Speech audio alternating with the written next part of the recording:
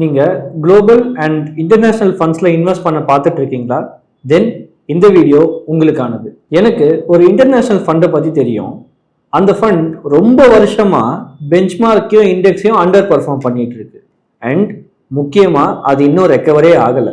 Suppose நீங்கள் அந்த ஃபண்டில் ஒரு 10,000 rupees மந்த்லி எஸ்ஐபி கடந்த ஒரு 11 வருஷமாக பண்ணியிருந்தீங்க அப்படின்னா இன்னைக்கு உங்களோட போர்ட்ஃபோலியோட ரிட்டர்ன் -7%. இதுவே நீங்கள் எஸ்ஐபியே பண்ணாமல் 1 lakh rupee லம்சமாக பண்ணியிருந்தீங்க அப்படின்னா லாஸ்ட் 11 இயர்ஸில் உங்களோட போர்ட்ஃபோலியோட ரிட்டர்ன் ஆர் உங்கள் போர்ட்ஃபோலியோட current value 71,000 which is 71,000, 29% negative அப்சல்யூட்ல. ஸோ இந்த டேட்டா நம்மளுக்கு குளோபல் அண்ட் இன்டர்நேஷ்னல் ஃபண்ட்ஸில் இன்வெஸ்ட் பண்ணுறதுக்கு முன்னாடி நம்ம எவ்வளோ ஜாக்கிரதையாக இருக்கணுன்றத ப்ரூவ் பண்ணுது. அப்படி குளோபல் மார்க்கெட்டில் இன்வெஸ்ட் பண்ணுறதோட ரிஸ்க் அண்ட் ரிவார்ட் ரேஷியோவை நீங்கள் எப்பயுமே பார்க்கணும். ஸோ இதில் நீங்கள் முக்கியமாக பார்க்கக்கூடிய விஷயங்கள், ஃபர்ஸ்ட் அந்த மார்க்கெட்டோட வாலட்டிலிட்டி. பிகாஸ் எமர்ஜிங் மார்க்கெட்ஸ் எப்பயுமே ஹைலி வாலட்டைலாக இருக்கும். ஸோ அது தவிர்த்து அவங்களுக்கு பொலிட்டிக்கல் இன்ஸ்டெபிலிட்டி, எக்கனாமிக் ஷிஃப்ட், அதுக்கப்புறம் டெவலப்டு மார்க்கெட்ஸோட இம்பேக்டும் இந்த எமர்ஜிங் மார்க்கெட்ஸில் ரொம்ப ஜாஸ்தியாக இருக்கும். அடுத்தது கரன்சி ரிஸ்க். ஸோ ஃபாரின் இன்வெஸ்ட்மெண்ட்ஸில் உங்களுக்கு எப்பயுமே இந்த எக்ஸ்சேஞ்ச் ரேட் ஃப்ளக்சுவேஷன்ஸ் பெரிய ப்ளே பண்ணும். ஸோ இஃப் அந்த கரன்சி ஆர் அந்த நாட்டோட ரூபாயின் மதிப்பு விழுது அப்படின்னா அதுவும் உங்களோட இன்வெஸ்ட்மெண்ட்ஸில் பெரிய சிக்னிஃபிகண்ட் டிஃபரன்ஸை கொண்டு வரும். அடுத்தது லிக்விடிட்டி கன்சர்ன்ஸ்.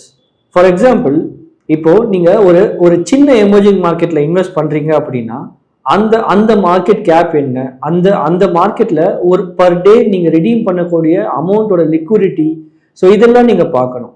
ஸோ இது உங்களோட ப்ரைஸ் மூவ்மெண்ட், அதாவது ஒரு சின்ன செல்லிங் நடக்க ஆரம்பித்தாலே இது ப்ரைஸை ரொம்ப பயங்கரமாக மாற்றும். அடுத்தது regulatory and political risk.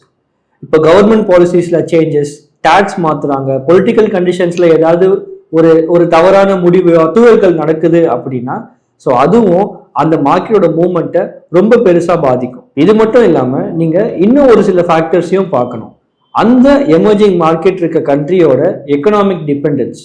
So கமோடிட்டிஸில் அவங்க எந்த கண்ட்ரியை ரொம்ப டிபெண்ட் பண்ணியிருக்காங்க அப்படின்னு பார்க்கணும். ஸோ அந்த கமோடிட்டிஸில் இவங்களோட எக்ஸ்போர்ட், இம்போர்ட் இதில் ஏதாவது ஒரு சின்ன பாதிப்பு வந்தாலும் அது இந்த கம்ப்ளீட் மார்க்கெட்டோட லேண்ட்ஸ்கேப்பையே மாற்றிடும். ஸோ அடுத்தது இன்ட்ரெஸ்ட் ரேட்டோட டிஃபரன்ஸ். இப்போ குளோபல் இன்ட்ரெஸ்ட் ரேட்ல ஒரு விஷயம் மாறுது அப்படின்னா அது இந்த எமர்ஜிங் மார்க்கெட்டோட இன்ட்ரெஸ்ட் ரேட் ஆர் இந்த எமர்ஜிங் மார்க்கெட்ல அது ரொம்ப இன்னமும் பெரிய இம்பாக்டை கொண்டு வரும். அடுத்து Jio political tensions. For example, நீங்க இந்த ரஷ்யா உக்ரைன் கிரைசிஸே எடுத்துக்கலாம். இந்த மாதிரி அந்த பர்டிகுலர் கிரைசிஸ் டைம்ல இந்த எமர்ஜிங் மார்க்கெட்ஸ் எப்படி இதனால டிஸ்டர்ப்ட் ஆகுது, இவங்களோட கண்ட்ரி இங்க என்ன ஸ்டாண்ட்ஸ் எடுக்கிறாங்க, இது எல்லாமே உங்களுக்கு ஒரு முக்கியமான பாயிண்டா இருக்கும். ஸோ இதுல இருந்து நம்ம முக்கியமா பார்க்க வேண்டியது ஆர் முக்கியமா தெரிஞ்சுக்க வேண்டியது என்ன அப்படின்னா, உங்களுக்கு குளோபல் அண்ட் இன்டர்நேஷ்னல் ஃபண்ட்ஸ் நல்ல டைவர்சிஃபிகேஷன் கொடுக்கும்.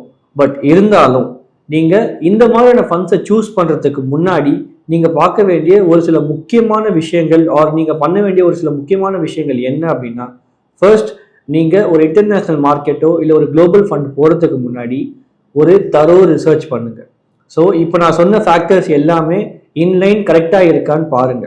ஓகே, ஸோ இந்த டைவர்சிஃபிகேஷன் உங்களுக்கு அசட் கிளாஸ்ல மட்டும் இல்லாமல் ஒரு டிஃப்ரெண்ட் ஜியாகிரஃபிலையும் இருக்கும். ஸோ அதை பற்றியும் நீங்கள் நல்லா ரிசர்ச் பண்ணணும்.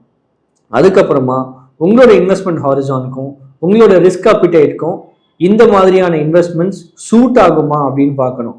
அண்ட் மிக முக்கியமாக இந்த மாதிரி ஒரு பெரிய ஃபினான்ஷியல் டெசிஷன்ஸ் எடுக்கிறதுக்கு முன்னாடி ஒரு ஃபினான்ஷியல் அட்வைசரை கன்சல்ட் பண்ணுங்க. ஸோ தட் அவர் உங்களோட தேவையை புரிஞ்சுக்கிட்டு உங்களுக்கு ஒரு இன்வெஸ்ட்மெண்ட் பிளானை ப்ரிப்பேர் பண்ணி கொடுப்பாரு. நான் இப்போ சொன்ன டேட்டாவை வச்சு நான் ஆரம்பத்தில் சொன்ன அந்த இன்டர்நேஷ்னல் ஃபண்ட் என்ன அப்படின்னு உங்களால் கண்டுபிடிக்க முடிஞ்சது அப்படின்னா கமெண்ட்ல சொல்லுங்க.